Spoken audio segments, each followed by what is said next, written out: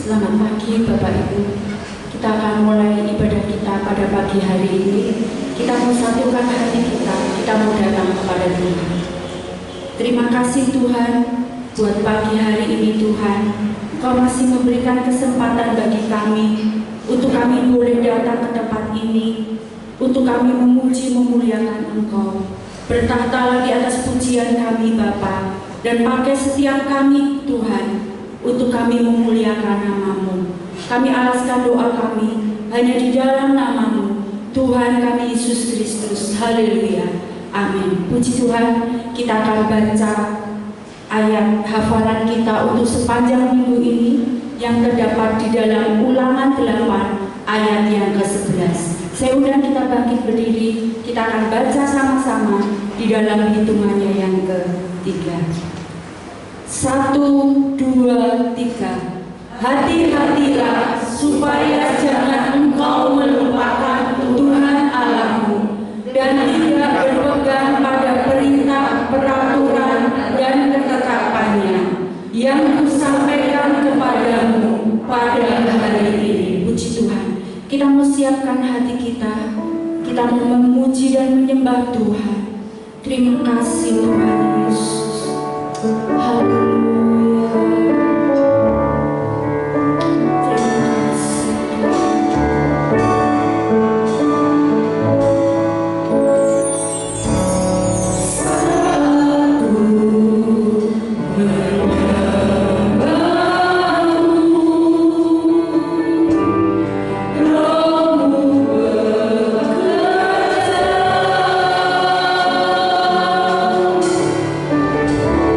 Stop.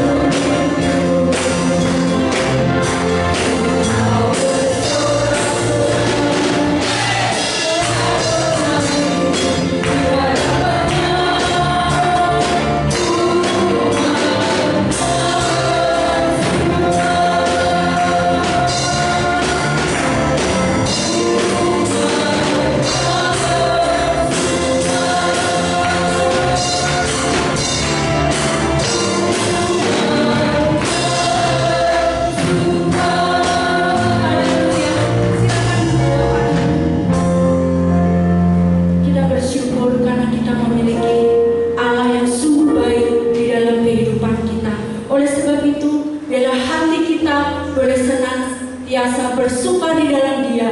Karena ketika kita bersuka, maka hadirat Tuhan mampu memulihkan hidup kita.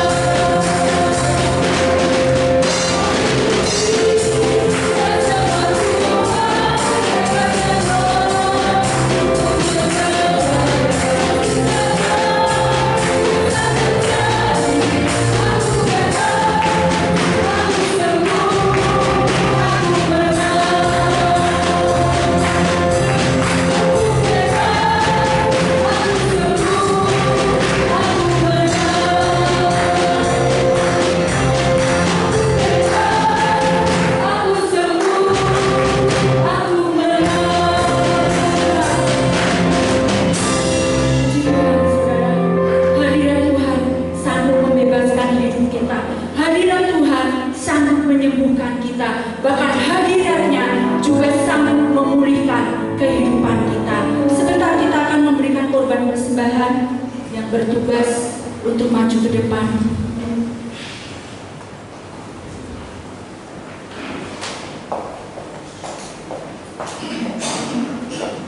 Kita menyiapkan amplop-amplop kita dan kita akan satukan dalam doa. Nanti Ibu dan Nini akan pimpin kita dalam doa. Haleluya, haleluya.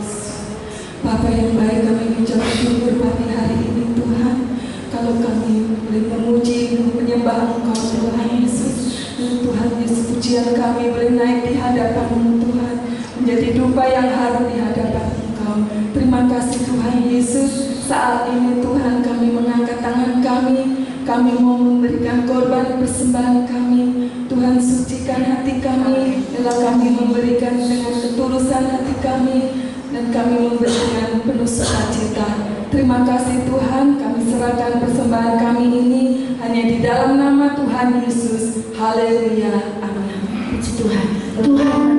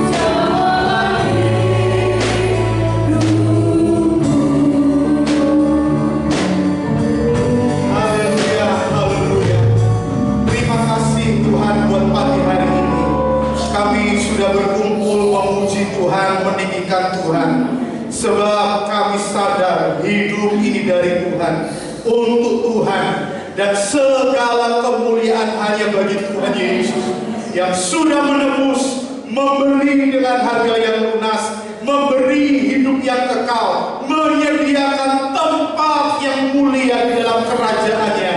Dan kami yang tinggal di bumi ini, kami hidup karena iman kepada Yesus, hidup karena mengasihi Tuhan, dan hidup diberi kesempatan untuk melayani Tuhan. Karena hidup kami ini bagi Kristus, dan hidup kami di bumi ini untuk mempermuliakan Kristus. Walau dunia sedang menghadapi bencana, sedang menghadapi gelora, banyak masalah, banyak persoalan, tapi Kristus memberikan firman keabadian dalam hidup kami. Firman yang membuat kami berani dalam hidup ini. Firman yang membuat kami melangkah taat kepada Kristus Yesus. Dan kami percaya Tuhan, firman-Mu adalah jawaban bagi setiap manusia yang percaya kepada Kristus. Dan kami memiliki tugas yang penting, supaya orang yang belum percaya melihat hidup kami yang percaya kepada Tuhan, memberikan teladan kepada hidup mereka yang masih belum membuka hati untuk mengenal Kristus Yesus. Terima kasih Tuhan, beri kami kekuatan, dan firman-Mu itu sumber kekuatan bagi kami semua yang hadir pagi hari ini. Berfirmanlah, Roh Kudus, Engkau sudah diutus, dan Engkau diam di dalam kami, dan Engkau akan membawa kami mengenal, mengalami, dan hidup serupa dengan Kristus Yesus. Terima kasih Tuhan, siapkan kami yang terbaik untuk menyambut firman di dalam nama Tuhan Yesus Kristus. Kami sudah berdoa, kami mengucap syukur. Haleluya. Amin. Silakan duduk Bapak Ibu. Haleluya. Shalom. Selamat pagi, selamat bertemu dalam Tuhan Yesus Kristus. Puji Tuhan, kesempatan yang baik di tengah kita ada hal yang tidak menyenangkan, tetapi mari kita akan kembali kepada Tuhan, beribadah, serta kita mengenal firman kebenaran yang begitu hidup dan begitu luar biasa. Mari kita akan belajar dari Rasul Yohanes di dalam kitab surat 1 Yohanes pasal yang ke-1. 1 Yohanes pasal yang ke-1, ayat yang ke-1 sampai dengan ayat yang ke-4. 1 Yohanes 1 ayat 1 sampai ayat yang ke-4. Mari kita akan baca bergantian. Saya ayat yang ganjil, Bapak Ibu ayat yang genap. Nanti ayat yang ke-4 kita akan baca bersama-sama. Kita bangkit berdiri bersama-sama. Demikian firman Tuhan.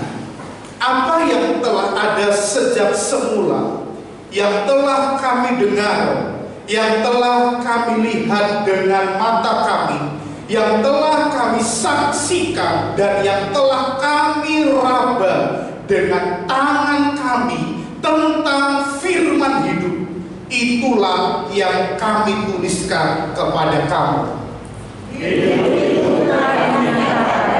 Dan kami telah melihatnya, dan sekarang kami bersaksi dan memberitakan kepada kamu tentang hidup kekal yang ada bersama-sama dengan Bapa, dan yang telah dinyatakan kepada kami. Apa yang telah kami lihat dan yang telah kami dengar itu, kami beritakan kepada kamu juga, supaya kamu pun beroleh persekutuan dengan kami. Dan persekutuan kami adalah persekutuan dengan Bapa dan dengan anaknya Yesus Kristus. Dan semuanya ini kami tuliskan kepada kamu, supaya sukacita kami menjadi sempurna. Amin. Silakan duduk saudara. dari kesaksian Yohanes atau Rasul Yohanes tentang firman hidup itu, tujuan yang ingin dicapai adalah supaya sukacita kami menjadi sempurna. Sukacita kami, Rasul Yohanes dikatakan sukacita dari Yohanes karena Kristus, dan karena Yohanes memberitakan sukacita itu kepada orang yang mau menerimanya, yaitu orang yang menyambut firman Kristus, yang percaya kepada Yesus. Saudara, ingat, percaya kepada Yesus ada percaya kepada pribadi yang di dalam pribadi itu dia dikenal dengan istilah logos yang hidup atau firman, sang firman itu sendiri. Itu sebabnya antara pribadi Yesus dan firman tidak boleh dipisahkan. Itu menjadi satu kesatuan. Rasul Yohanes berkata, sukacita kami dikatakan apa? Menjadi sempurna. Artinya Rasul Yohanes gak mengalami sukacita yang sesungguhnya walau sudah mengenal Kristus, kalau dia tidak apa, saudara? Dia tidak hidup secara alami karena ikut Yesus. Dia akan memberitakan Yesus juga kepada setiap orang, tidak pandang bulu. Tetapi soal mau percaya atau tidak, itu urusan anugerah Tuhan yang besar. Itu sebabnya, saudara, Rasul Yohanes menuliskan ini di tengah situasi dirinya yang tidak enak, di tengah dunia yang diancam dengan pengaruh. Kalau kita belajar lebih lagi, saudara, yaitu tentang bagaimana ajaran gnostik, yaitu ajaran yang ingin menyaingi ajaran keselamatan yang datang dari Kristus Yesus. Kenapa? Sebab gnostik adalah ajaran yang mendompleng kekristenan, yang bikin kekristenan itu dijauhi, tidak ditaati lagi oleh orang-orang Kristen, orang percaya. Dunia semakin rusak bukan karena ajaran saja, tetapi kenapa? Karena memang tanda-tanda zaman. Juga dikatakan bahwa bumi ini hanya sementara. Dikatakan bumi tidak kekal, hanya sementara, tapi tidak tahu berapa lama. Dan kita lihat hari-hari ini, saudara, satu pengalaman yang mungkin baru bagi generasi yang muda. Mungkin kalau generasi yang usia 80 tahun, dia sudah pernah mengalami kesusahan di generasi yang dulu. Waktu Indonesia masih dijajah, masih susah, saudara. Mungkin dia tidak seberapa kaget. Berbeda dengan zaman yang baru ini, yang tadinya bebas, tadinya enak, sekarang serba dibatasi. Ya, kita melihat tidak nyaman, makhluk sosial. Kita belajar manusia gak bisa hidup sendiri. Tetapi dengan ada wabah, semua serba dibatasi. Ya, nggak tahu berapa lama pembatasan ini terjadi. Sebab tidak ada yang tahu. Tetapi Yohanes sudah menuliskan supaya sukacita kami. Sukacita itu dari Yesus jawaban bagi bumi ini, saudara. Kalau kita nggak punya sukacita dari Tuhan, kita nggak akan diperlengkapi menghadapi dunia yang mengagetkan, dunia yang terus berganti dengan musim-musim yang tidak terpahami. Saudara, Salomo menuliskan pedoman hikmat 3 di tengah dia punya hidup yang sia-sia. Dia adalah manusia yang punya hikmat, tidak ada yang menyaingi hikmat Salomo. Tapi dia pernah sia-sia. Aku punya hikmat dari Tuhan, tapi kok aku bisa menyembah berhala? Tapi kok aku bisa jauh dari Tuhan? Maka dia katakan, aku sia-sia. Aku punya hikmat, tapi sia-sia. Kenapa? Karena dia tidak sungguh-sungguh di dalam Tuhan.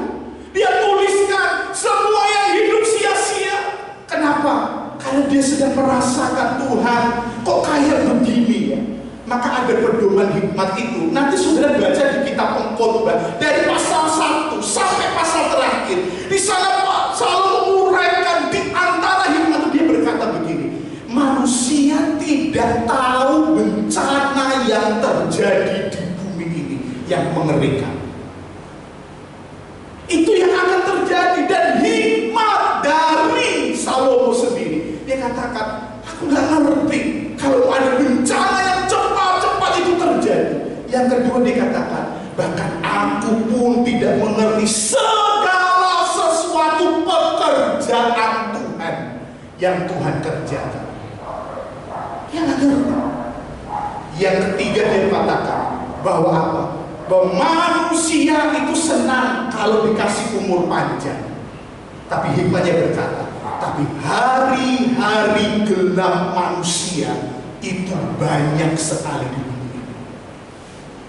Di dalam kesia-siaan itu Salomo menuliskan bagaimana ketika dia jauh dari Tuhan, tapi bersyukur dia bertobat.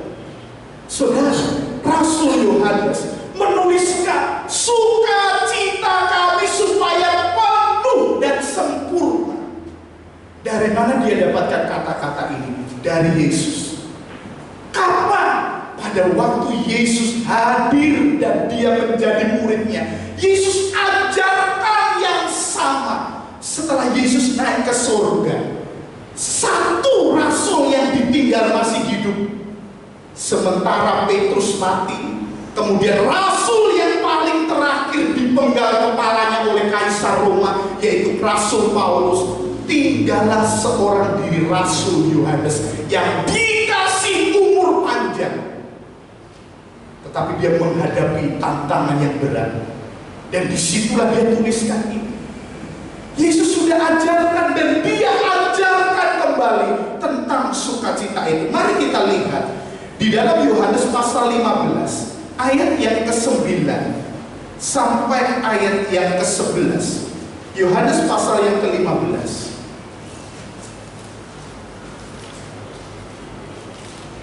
ayat 9 sampai 11. Seperti Bapa telah mengasihi aku, demikianlah juga aku telah mengasihi kamu. Tinggallah di dalam kasihku itu. Jikalau kamu menuruti perintahku, kamu akan tinggal di dalam kasihku, seperti aku menuruti perintah Bapakku dan tinggal di dalam kasihnya. Semuanya itu kukatakan kepadamu, supaya sukacitaku ada di dalam kamu dan sukacitamu menjadi penuh. Saudara, sukacita ini dalam pengertian bumi itu adalah ekspresi dari hati yang bisa mempengaruhi semuanya, termasuk benda-benda di sekitar kita. Tapi sukacita Tuhan ini berbeda. Sukacita Tuhan itu adalah apa? Adalah kasih Yesus tinggal di dalam kita. Dengan jalan bagaimana? Yesus berkata, kalau kamu tinggal di dalam aku dan firman-Ku tinggal di dalam kamu. Berbicara, firman itu kenapa bisa tinggal? Kan firman didengar. Orang mendengar firman, tapi kalau firman ingin tinggal, di ayat yang ke-10 tadi dikatakan, jikalau kamu menuruti perintahku. Saudara mendengar firman dengan telinga, tetapi saudara meninggalkan firman itu di dalam hidup kita melalui apa? Bukan melalui mendengar. Mendengar itu langkah awal, tapi ada langkah yang begitu luar biasa ketika kita menuruti perintah Tuhan. Maka dikatakan kasihnya tinggal di dalam kita. Kita tahu ini nggak boleh, kita tahu itu boleh, tapi tanda kita tinggal di dalam kasih Tuhan. Yang tidak boleh memang tidak kita lakukan. Itu perjuangan kita menuruti Tuhan. Itu perjuangan kita menyangkal diri dalam rangka percaya kepada Kristus Yesus. Itulah yang Yesus katakan, pikulah salib. Salib adalah hal berharga yang kekal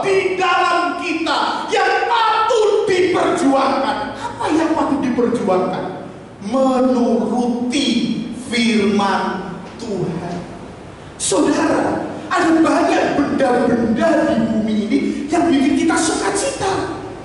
Tetapi Tuhan katakan benda-benda yang bikin sukacita itu, kita pribadi berkata, akan digoncangkan oleh Tuhan. Supaya apa? Supaya kita sadar itu bukan sukacita kita yang sejati. Artinya, semua benda-benda yang membuat sukacita itu boleh kita miliki, asal tidak terikat, kata Tuhan. Tapi ketika mengikat, berarti sukacita Tuhan tidak ada dalam kita. Itu sebabnya, jadi anak Tuhan diberkati, itu janji Tuhan. Tapi ada orang yang hidupnya, saudara, bukan diberkati dengan benda-benda yang mulia, tapi diberkati dengan hidup yang mulia.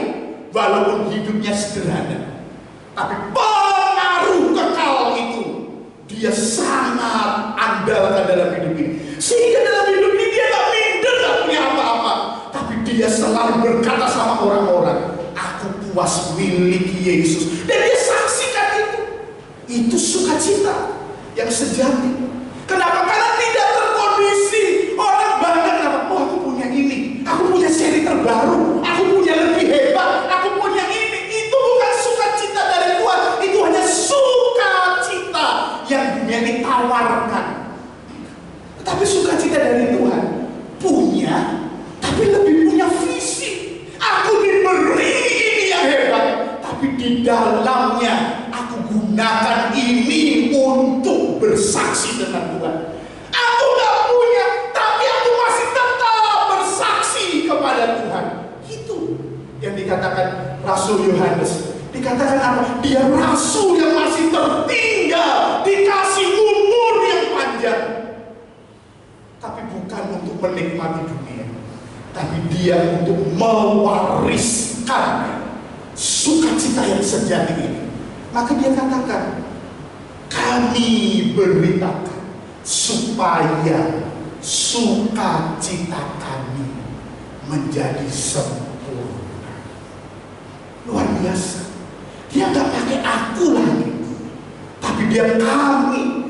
Dia anggap penting manusia-manusia masih hidup ini. Untuk apa, saudara? Untuk dia bersama-sama dengan aku yang sudah punya Kristus.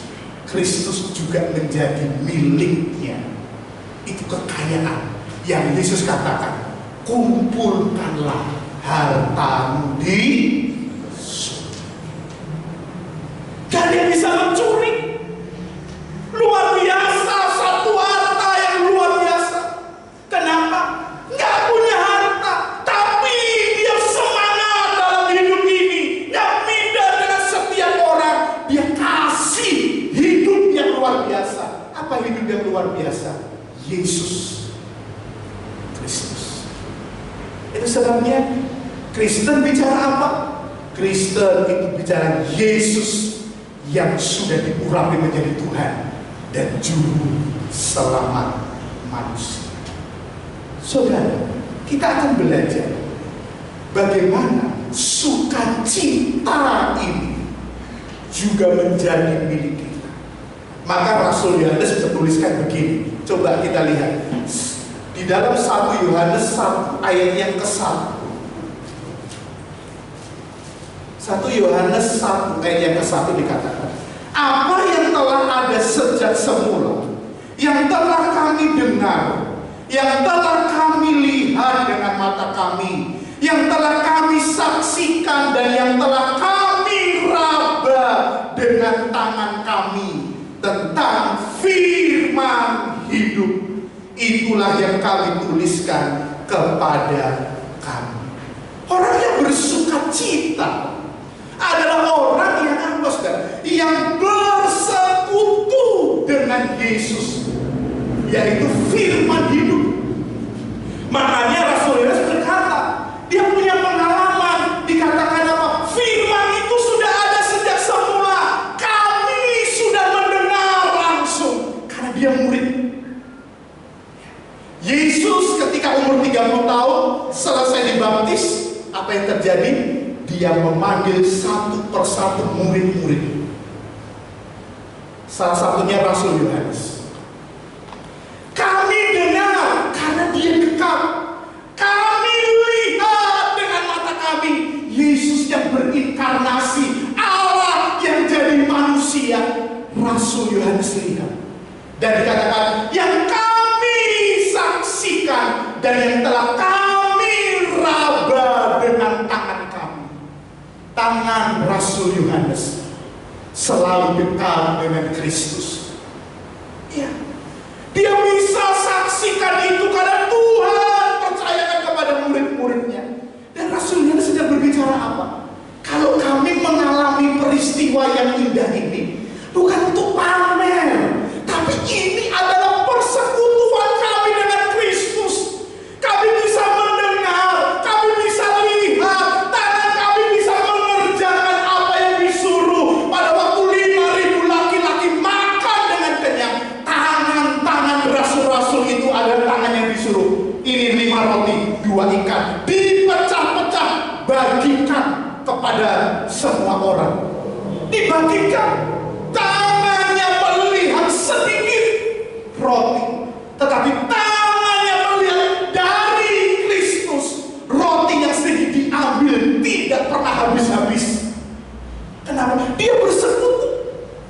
Dia sambil takjub membagi, kok gak habis ya? Kok gak habis ya? Sambil dia membagi di situ Allah sedang ajar. Ini loh, hidup bersekutu denganku. Sebab Yesus sendiri berkata, Bapa, ini 5 roti 2 ikan. Dia mengucap syukur kepada Bapa. Dia dilihat, oh dia sedang berdoa, dia sedang menyerah.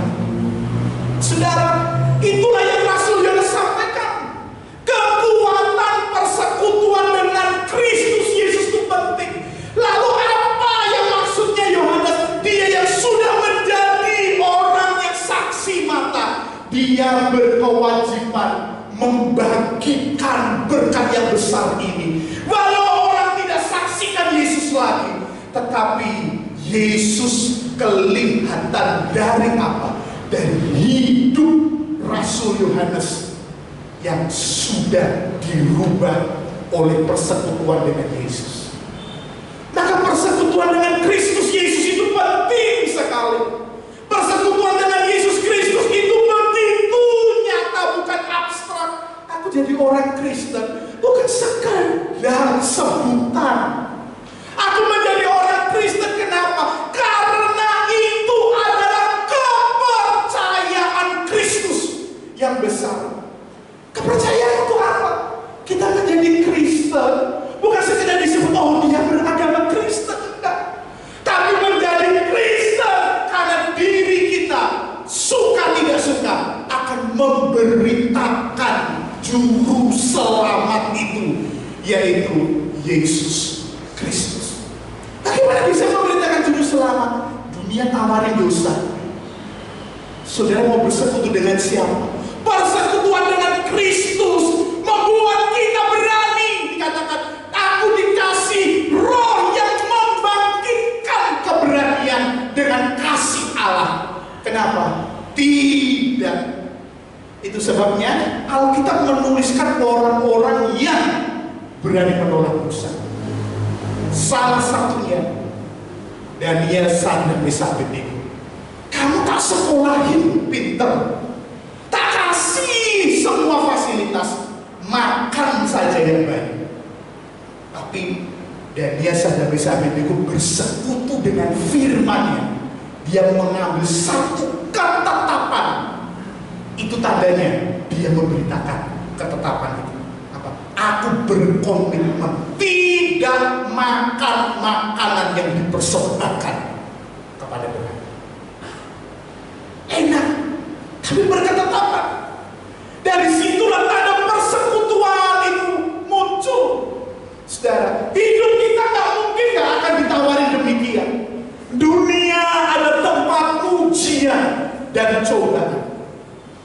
Semua bidang-bidang kehidupan kita dikelilingi oleh musuh kita. 1 Petrus berkata, lihat lawanmu si iblis berjalan setiap kehidupan kita iblis kelilingi. Tapi Kristus berkata, aku sudah memberikan firman dan Roh Kudus.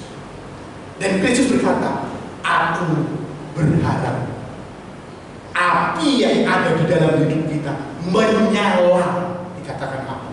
Firman itu menyala. Firman itu bukan hanya sampai di telinga, tapi sudah tinggal menyala di dalam kehidupan kita. Sehingga pada waktu ditawari makan, tidak, berikan saya sayur dan air saja. Kalau kamu takut, uji aku. Lihat beberapa minggu lagi, tubuh kami jadi kurus atau tubuh kami lebih segar daripada yang lain. Orang-orang yang diutus itu lihat, oh ternyata tubuhmu lebih segar. Kenapa saudara? Segar karena sayur, segar karena air. Tapi di luar itu, karena dia bersekutu dengan Tuhan. Ada sukacita, walaupun harus melawan perintah raja, tapi dia berhikmat. Ini perintah yang tidak mencelakai raja, yang membuat raja tidak malu kok. Walaupun sempat diragukan, tetapi orang-orang yang bersekutu kepada Tuhan menjadi jawaban bagi bangsa Babel. Bangsa Babel ini ditolong oleh Daniel, Sadrak, Mesak, Abednego, sampai akhirnya ditolong oleh orang-orang yang bersekutu dengan Tuhan. Kita minoritas di Indonesia, tapi di negara lain Kristen mayoritas. Tapi bukan berapa banyak Kristen di bumi ini. Tapi Yesus berkata, berapa orang Kristen yang hidupnya bersukacita sejati dalam hidup ini.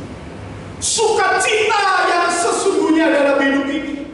Sukacita menjalani hidup ini di tengah dunia yang seperti ini, saudara. Ya, kita mengalami semua hal yang begitu luar biasa. Banyak orang-orang punya pendapat masing-masing, tapi waktu terus berjalan, semua pendapat manusia ditelan manusia itu sendiri. Tuhan sedang beracara di tengah hal-hal. Ya, sudah bisa melihat yang kelihatan benar. Tunggu beberapa hari lagi, jadi gak benar. Tapi sudah lihat firman Allah. Firman Allah melintasi waktu dari awal sampai manusia akan berakhir. Dan Rasul Paulus dengan gagah berani dia berkata, firman Tuhan dengan perintah-perintahnya tidak mungkin salah dan gagal. Gak mungkin salah dan gagal. Kebenaran ini, maka orang-orang dikatakan supaya sukacita kami jadi penuh. Sudahkah kita bersekutu dengan Tuhan dengan sungguh-sungguh? Satu persekutuan yang begitu hidup dan begitu luar biasa. Coba kalau dilihat Yohanes 15 ayat yang keempat. Yohanes 15 ayat yang keempat. Yesus sendiri berkata demikian. Tinggallah di dalam aku, dan aku di dalam kamu. Sama seperti ranting tidak dapat berbuah dari dirinya sendiri, kalau ia tidak tinggal pada pokok anggur. Demikian juga kamu tidak berbuah, jikalau kamu tidak tinggal di dalam aku. Saudara, sukacita itu jadi jawaban. Kenapa? Karena Kristus sendiri yang punya sukacita sejati. Sang sukacita sendiri berkata, tinggallah di dalam aku. Sang kata-kata yang berani, yang tidak pernah ditipek oleh zaman ini. Mungkin dibakar, tapi kata-katanya tidak pernah dihapus. Tinggallah di dalam Yesus, dan Yesus tinggal di dalam kamu. Ada persekutuan yang tidak main-main. Ada satu persekutuan yang benar-benar sejati dalam hidup ini, yaitu karena firman Allah itu membuat kita berbuah di bumi ini. Buah inilah yang luar biasa, yang dinantikan oleh dunia. Ya, dunia beraneka macam, tapi anak-anak Tuhan sedang alami. Sekarang gak berani lagi. Di awal-awal epidemi banyak anak-anak Tuhan berani sombong memakai nama Tuhan. Maka ada kata, jangan pakai namaku dengan sembarangan. Itu perintah. Jangan pakai namaku dengan sembarangan. Loh kenapa? Sebab nama pribadi Allah itu begitu luar biasa.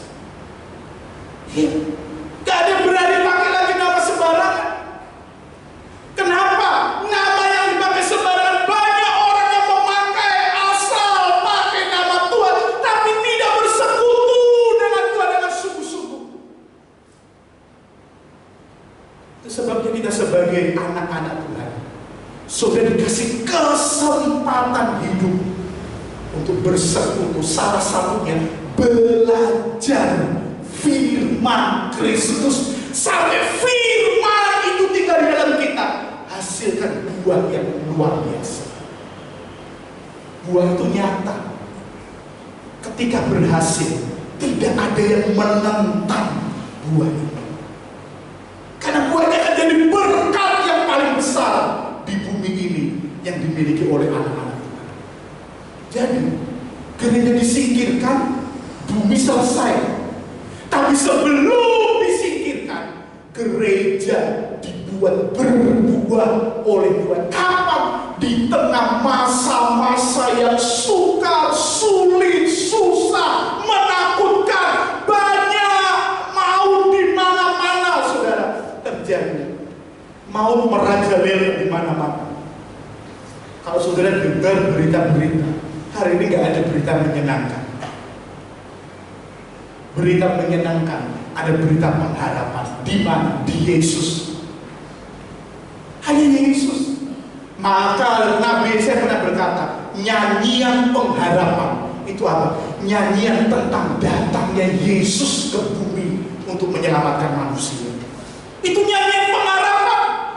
Manusia berharap bukan dengan benda-benda lagi, bukan dengan apa yang di bumi, tapi berharap dengan Yesus Kristus yang sudah hadir 2000 tahun yang lalu, yang sekarang Dia berikan Roh Kudus hadir di dalam hidup kita.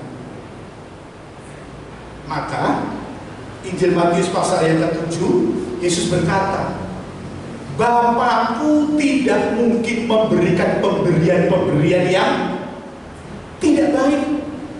Kalau manusia saja bisa kasih yang baik sama anaknya, masa Bapa tidak kasih yang terbaik buat orang percaya? Apa yang dikasih yang terbaik oleh Bapa kepada kita, saudara? Kekayaan, kepintaran, kepopuleran, kehebatan. Tuhan katakan enggak. Roh Kudus. Ya. Apa yang terbaik yang dikasih Bapa oleh Yesus? Yesus minta apa? Aku akan berikan Roh Kudus kepada kamu. Dia itu pemberian yang terbaik yang diberikan manusia. Sudahkah saudara menghargai pemberian Roh Kudus? Sebab ada ayat yang berkata, jangan mendukakan Roh Kudus yang daripada Yesus yang tinggal di dalam kamu. Firman itu tinggal, tapi ketika tidak direalisasikan, kita sedang menyedihkan hati. Masih ada kebencian yang disimpan, sedangkan firman berkata, bereskan. Loh kenapa? Yesus sendiri berkata, kamu pergi ke bait Allah, kamu ingin berkat Tuhan, tetapi di dalam hatimu masih ada kebencian. Yesus berkata, pulanglah. Sia-sia kamu beribadah kalau kamu masih menyimpan kebencian. Benci itu kecil, nggak suka tuh macam-macam. perintahku nggak dituruti. Kalau ada orang tua, aku nggak seneng sama kamu, kamu nggak taat sama aku. Ya, suami istri, kamu tuh istriku, kamu tuh suamiku, tapi kamu nggak pernah ngerti artiku. Simpan kebencian.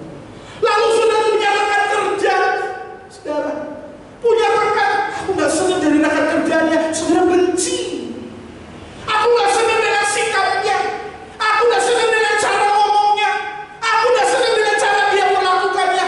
Timbul benci, benci yang kecil. Ketika tidak dibereskan oleh Roh Kudus, dia akan berjalan bukan dipimpin Roh Kudus. Anak-anak Allah adalah orang-orang yang dipimpin oleh Roh Allah, adalah anak-anak Allah. Kebencian itu kecil, tapi jangan remehkan, saudara. Benci yang kecil bisa jadi membunuh. Benci yang kecil bisa jadi saudara menyimpan sesuatu yang mengerikan. Ini baru satu faktor, hanya benci. Dan begitu banyak Alkitab tuliskan. Saul, dia yang utus Daud mengalahkan Goliat. Maka dia pulang ke Israel. Wanita-wanita menari, menyambut pahlawan-pahlawan. Dia katakan, Daud membunuh musuh berlaksa-laksa. Aduh, senang sekali. Tapi begitu ada pujian, tapi Saul membunuh hanya beribu-ribu. Sejak itu, kebencian menguasai. Sejak kebencian menguasainya, Alkitab menuliskan, roh yang jahat dari Tuhan datang kepada Saul. Aneh kata-kata ini, saudara. Roh jahat yang datang dari Tuhan. Artinya apa? Tuhan mau kamu jangan benci. Jangan simpan lalu mendengar itu. Tapi kalau simpan, itu jadi jahat. Perintah Tuhan harus kamu lakukan. Ketika kamu nggak lakukan, yang kamu simpan jadi rusak dalam hidupmu, merusak kamu. Seumur hidup dia benci sama Daud. Seumur hidup, walaupun dia menantunya. Anaknya Saul jadi istri, jadi suami istrinya dari Daud. Tapi jadi benci luar biasa. Kenapa, saudara? Karena tidak bersekutu dengan Tuhan. Itu sebab mari Bapak Ibu yang dikasihi Tuhan, ajaran Kristus Yesus dalam hidup ini, mari kita bersekutu dengan Kristus di dalam setiap kesulitan dalam hidup ini. Kita datang, Yesus sendiri berkata, ayo, kamu semua sudah capek dengan dunia tawarin ini itu, gak ada satupun yang terbukti. Datanglah kepadaku, aku akan ajari kamu firman hidup ini. Dan Yohanes, dia tuliskan, dia gak mau sukacita, dia hanya berdiam, dia kasih ke semua orang yang mau mendengar. Gak mau mendengar, dia gak marah. Sebab kenapa? Sebab itu anugerah dari Tuhan kok. Pokoknya dalam kesempatan itu dia kasih tahu semua orang. Kepada semua orang kita baik. Karena dia menjalankan kita, urusan dia dengan Tuhan. Tapi kita berusaha baik. Karena apa? Karena persekutuan dengan Kristus.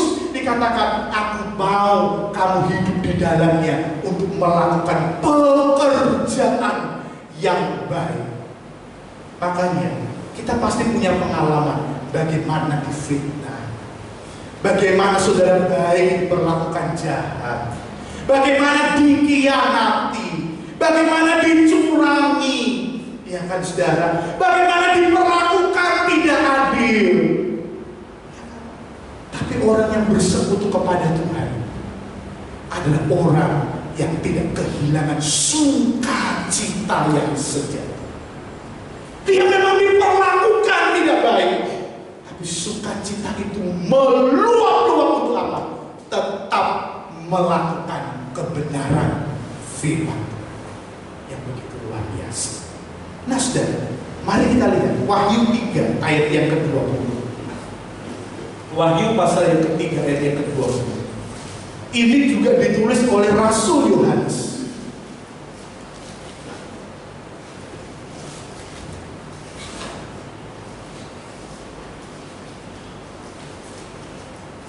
lihatlah, aku mengetuk, aku berdiri di muka pintu dan mengetuk.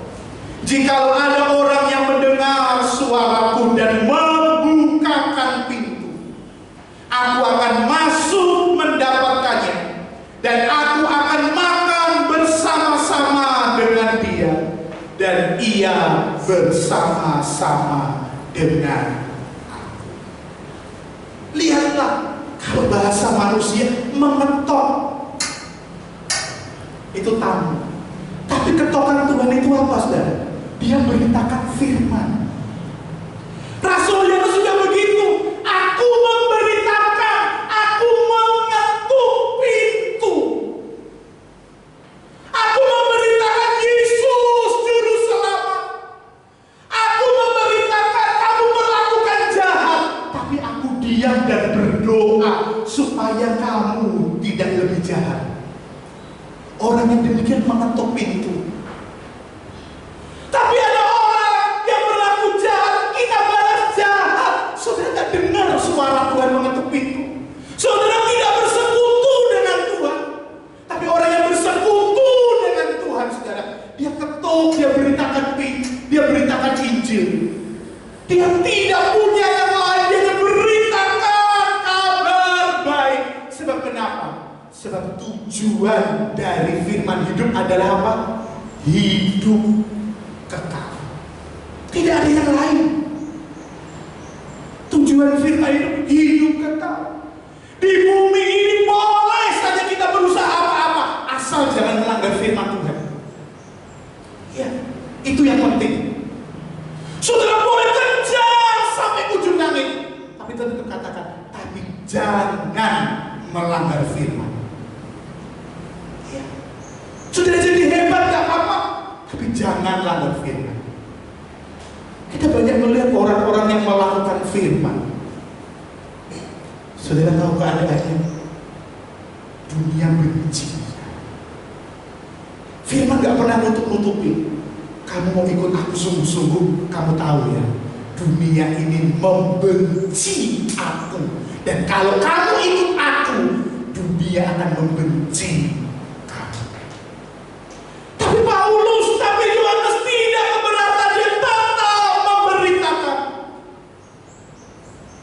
Saudara yang punya kepintaran karena Yesus mungkin membuat kamu tidak dipromosikan. Ya, itu pikul salib, saudara. Dunia sedang jebak kita. Kamu mau dipromosi, tinggalkan Yesus. Nanti setelah itu balik lagi sama Yesus, itu jalan setan. Ya. Sebab Tuhan tidak pernah ajarkan tinggalkan, nanti kalau sudah senang baru balik sama Tuhan. Apa balik? Gak akan balik. Ikut Yesus, Tuhan tahu dunia benci kita. Tetapi satu perkara, hidup kekal itulah yang Yesus katakan, waduh luar biasa yang dia berikan dalam hidup kita. Dia ketok pintu. Saudara, ngetok pintu itu dengan sabar. Dia beritakan Injil dengan sabar. Apa ini mentor saya? Banyak sekali ajaran. Dia lihat saya ini emosional. Dia yang bimbing. Ya. Waktu emosional dia diam. Begitu tenang dia ngomong. Dia utarakan hanya firman. Segala sesuatu enak buat kayak gitu. Senang gak buat kayak begitu? Siapa yang diuntungkan dengan sikapmu tadi? Siapa yang paling senang dengan sikapmu tadi? Ya mentor.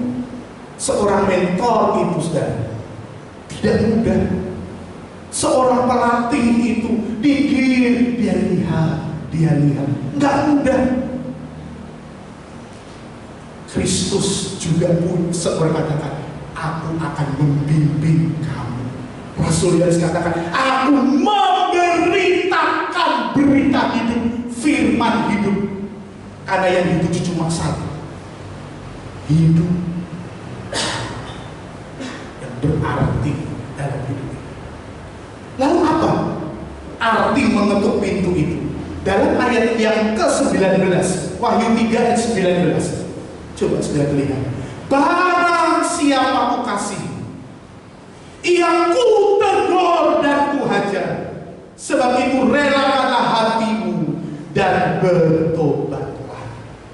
Ketika Yesus berkata, Yesus memberitakan Injil, itu menegur dan menghajar. Iya. Sebab ada hal yang tidak benar, dia harus tetap ngomong sama firman Allah. Salah satunya kalau sudah lihat, Yohanes Pembaptis, dia dipakai Yesus sebelum mati, dipenggal kepalanya oleh Raja Herodes. Mari kita lihat, Lukas pasal 3. Saya akan bacakan saja, sudah bisa lihat. Lukas pasal yang ketiga, ayat 8 sampai 14. Dia menegur pemungut cukai, dia menegur prajurit-prajurit Roma. Saya akan bacakan.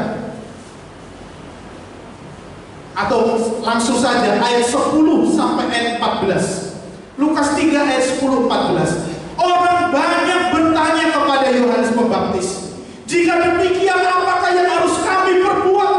Jawabnya, barang siapa mempunyai 2 helai baju, hendaklah ia membagikannya dengan yang tidak punya. Dan barang siapa mempunyai makanan, hendaklah ia berbuat juga demikian. Aku datang juga, ada datang juga pemungut cukai untuk dibaptis. Dan mereka bertanya kepadanya, Guru, apakah yang harus kami perbuat? Jawabnya, jangan menagih lebih banyak daripada yang telah ditentukan bagimu. Dan prajurit-prajurit bertanya kepadanya, dan kami, apakah yang harus kami perbuat? Jawab Yohanes kepada mereka, jangan merampas dan jangan memeras, dan cukupkanlah dirimu dengan gajimu. Saudara, hidup bersekutu dengan firman hidup begitu luar biasa, saudara. Artinya apa? Artinya hidup ini ada kebenaran yang luar biasa dari Kristus, bersekutu. Makanya pemungut cukai ditegur sama Yohanes Pembaptis. Prajurit-prajurit Roma ditegur. Kenapa? Pemungut cukai ini menarik pajak kepada rakyat berlebihan. Dia tegur, jangan kamu memberatkan rakyat. Kepada prajurit Roma ditegur, kamu jadi prajurit punya pedang, punya tombak, jangan memeras. Dikatakan jangan merampas. Bahkan apa? Cukupkanlah dirimu dengan gaji. Gak ada ajaran yang lain di dunia selalu berkata yang lebih-lebih, tapi kata Kristus, cukupkanlah dengan apa yang ada pada gaji. Ada persekutuan. Hati yang gembira adalah obat yang manjur. Sebab penyakit yang ingin membunuh kita dikalahkan karena firman kita terima dengan sukacita. Itu hati yang gembira. Firman yang kita lakukan itu hati yang gembira, membuat hidup kita bebas dari pengaruh dunia. Saudara, lalu dikatakan, mari kita lihat kembali Wahyu pasal yang ketiga tadi, saudara. Ayat yang ke-18. Wahyu pasal yang ketiga, ayat yang ke-18. Tujuan Allah memberitakan Injil, walau ditegur, dihajar, ataupun disampaikan, didengar lewat khotbah-khotbah, supaya kita bertobat. Kenapa? Karena kalau kita bertobat, artinya apa? Coba kita baca ayat 18 bagian A. Orang yang bertobat, maka aku menasihatkan engkau. Orang yang bertobat adalah orang yang mau dinasehati oleh Yesus. Tidak ada yang lain. Orang kalau mau dinasehati Yesus, tidak akan melakukan yang diperintahkan Tuhan. Maka ayat 18 dikatakan begini, maka aku menasihatkan engkau supaya engkau membeli daripadaku emas yang telah dimurnikan dalam api. Satu, tujuan persekutuan sama Tuhan. Yesus ada, firman-Nya ada, dihasilkan pertobatan, artinya mau dinasihati Tuhan. Apa? Hidup yang kekal. Karena apa? Karena iman yang semakin murni. Orang bertobat itu tujuannya apa? Iman kita semakin murni sama Tuhan. Emas yang dimurnikan dalam api. Rasul Paulus berkata, tujuan ini adalah kemurnian imanmu. Segala pencobaan, kesulitan, persoalan adalah membuktikan kemurnian imanmu. Iman. Sehingga Yesus tetap mengetuk kita. Iman kita semakin teguh, kuat. Dibakar api. Kita nggak meremehkan, bukan kita nggak takut, tapi cara kita nggak takut dengan epidemi ini adalah apa? Kita dengan nasihat baik-baik. Pemerintah itu adalah wakilnya Tuhan. Saudara, Jawa Bali ini akan diperpanjang ya. Masa berlakunya sosial berjalan besar-besaran. Ya, kita turuti saja. Ada banyak hal yang terjadi di bumi, ya kan? Luar biasa. Kita nggak ngerti, tapi kita menuruti Tuhan sambil kita tetap lakukan yang terbaik untuk Tuhan. Sebab kenapa? Orang yang berjalan dengan iman, orang yang melihat ada jalan yang disediakan Tuhan, walaupun kita nggak ngerti hari ini. Musa nggak pernah mikir mau jalan di tepi laut Teberong, di tengah laut yang lebar banyak airnya. Tapi dia iman Tuhan yang pimpin Tuhan. Tuhan kasih pertunjukan yang hebat. Iman itu artinya apa? Kita berani percaya bahwa Tuhan itu ada Tuhan yang berdaulat atas hidup kita, walau di masa yang sukar dan besar ini. Yang kedua, dan juga pakaian putih. Tadi iman supaya kamu kaya. Saudara, kalau kaya dengan pengalaman Tuhan, itu luar biasa. Kaya dengan pemeliharaan Tuhan itu luar biasa. Yang kedua, pakaian putih supaya tidak telanjang. Hidup kita perbuatannya mau diatur oleh Tuhan supaya kelihatan putih. Apa? Hidup kudus, perbuatan-perbuatan kudus. Imannya sudah mantap, perbuatan-perbuatan jadi benar, kata Paulus, kata Yakobus. Iman tanpa disertai dengan perbuatan-perbuatan tidak luar biasa. Emasnya murni, tapi pakaiannya putih.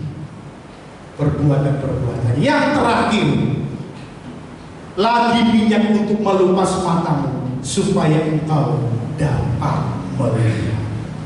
Saudara bisa lihat kan, kiri kanan muka belakang bisa punya mata jasmani, tapi minyak yang kita minta sama Tuhan membuat kita akan seperti Daud berkata begini, aku melayangkan mataku ke gunung-gunung. Dari mana datang pertolongan? Maka rohaninya berkata, pertolonganku datangnya dari Tuhan. Matamu dilupas dengan minyak untuk kita bisa punya mata rohani yang peka di masa yang sukar ini. Untuk apa? Bisa melihat setiap rencana dan kehendak Tuhan. Kiranya Tuhan tolong kita supaya apa? Sukacita kita jadi penuh. Tinggallah dalam Yesus, firman-Nya tinggal. Firman-Nya itu mengetuk, menegur, menghajar supaya kita bertobat. Sehingga orang yang bertobat bisa dinasihati oleh Kristus. iman kita semakin luar biasa, perbuatan kita semakin dahsyat, dan visi kita melihat rencana Tuhan semakin terlihat luar biasa. Kita bangkit berdiri bersama, musik worship singer saya undang maju ke depan.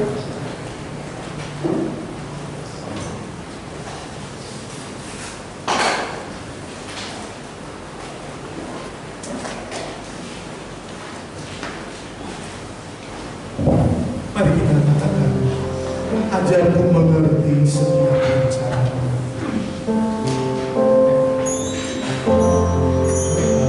Ajarku mengerti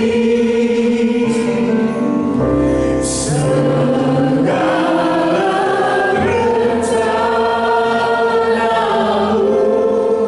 Ajarku berserah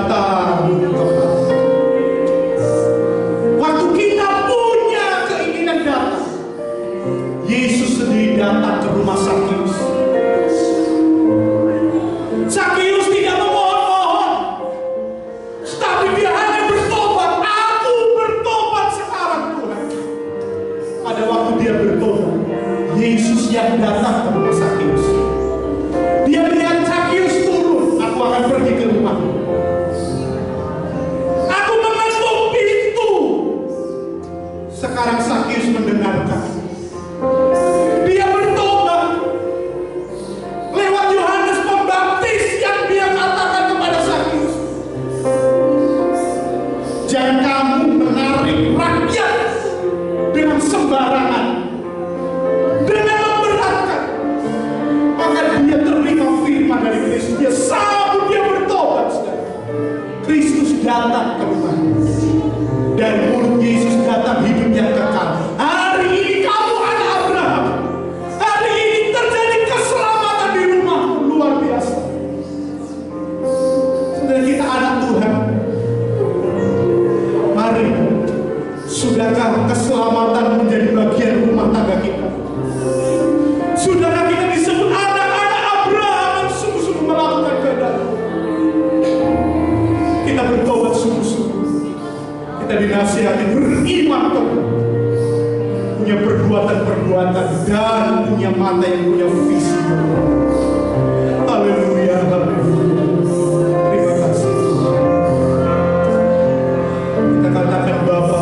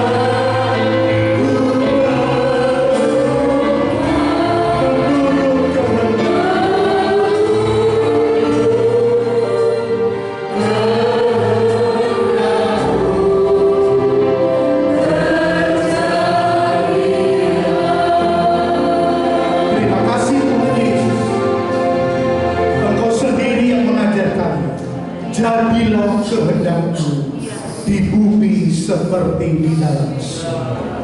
Terima kasih Tuhan. Kami mau tetap beriman sampai akhir hidup kami. Dan kami mau terus berpakaian putih, perbuatan-perbuatan yang berkenan padamu. Dan kami terus akan memiliki visi yang jelas. Karena visi kami adalah masuk di dalam rumah Bapa, langit baru, bumi yang baru. Kami yang hadir, Tuhan tolong. Dari yang muda sampai yang paling sepuh, Tuhan tolong mereka, berkati mereka, pakai hidup mereka, sehingga mereka tetap kuat di dalam Tuhan. Kota Sragen berkati bangsa Indonesia, bahkan setiap tugas pekerjaan kami, Tuhan juga sertai kami. Terima kasih Tuhan. Kami tetap bersukacita di dalam Tuhan, sukacita yang sejati. Di dalam nama Tuhan Yesus Kristus, kami sudah berdoa, mengucap syukur. Kita semua yang diberkati Tuhan, bersama-sama berkata, Amin. Puji Tuhan, kita sudah diberkati lewat kebenaran firman Tuhan. Saatnya kita akan memberikan korban persembahan. Kita mau angkat amplop-amplop kita dan kita mau satukan di dalam doa.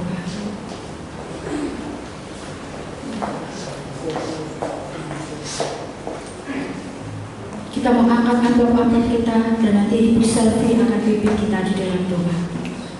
Kami datang kepada-Mu Tuhan, membawa setiap persembahan kami. Terima kasih Tuhan Yesus. Tuhan sucikan setiap persembahan kami, sucikan hati kami Tuhan. Terima kasih Tuhan, kami mau memberi lagi di dalam nama Tuhan kami Yesus Kristus. Haleluya. Tuhan menetapkan Haleluya.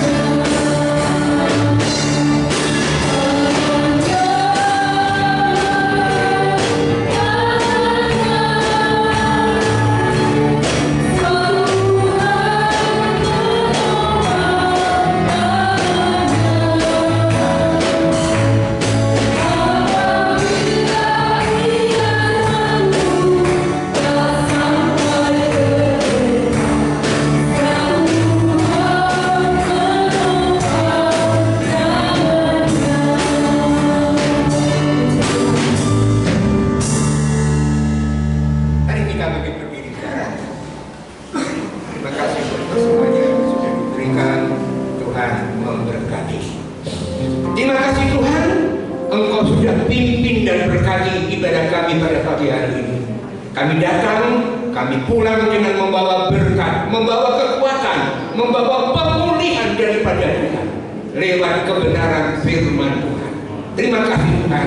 Sekali lagi berkati kami semua yang sudah datang, yang lemah dikuatkan, yang susah disembuhkan, yang sakit dalam nama Yesus. Bila Yesus sudah menyembuhkan Tuhan.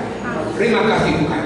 Yang berbahagia sepanjang minggu ini, Engkau tumpangkan tangan atasnya. Engkau juga berkati Tuhan sesuai dengan janji daripada firman Tuhan, sehingga nama Tuhan dipermuliakan di dalam kehidupan kami semuanya. Terima kasih Tuhan, terima kasih. Sekarang saudara-saudaraku yang saya kasihi, marilah kita mau pulang ke rumah kita masing-masing dengan selamat, dengan membawa berkat, rahmat, damai sejahtera daripada Allah Bapa, kasih sayang dari Tuhan Yesus Kristus, serta pimpinan, tuntunan dan urapan Roh Kudus senantiasa menyertai kita mulai sekarang, besok, sampai Maranatha Yesus datang kembali untuk menjemput dan membawa kami masuk di dalam kemuliaannya, langit bumi baru, kerajaan surga yang kekal selama-lamanya.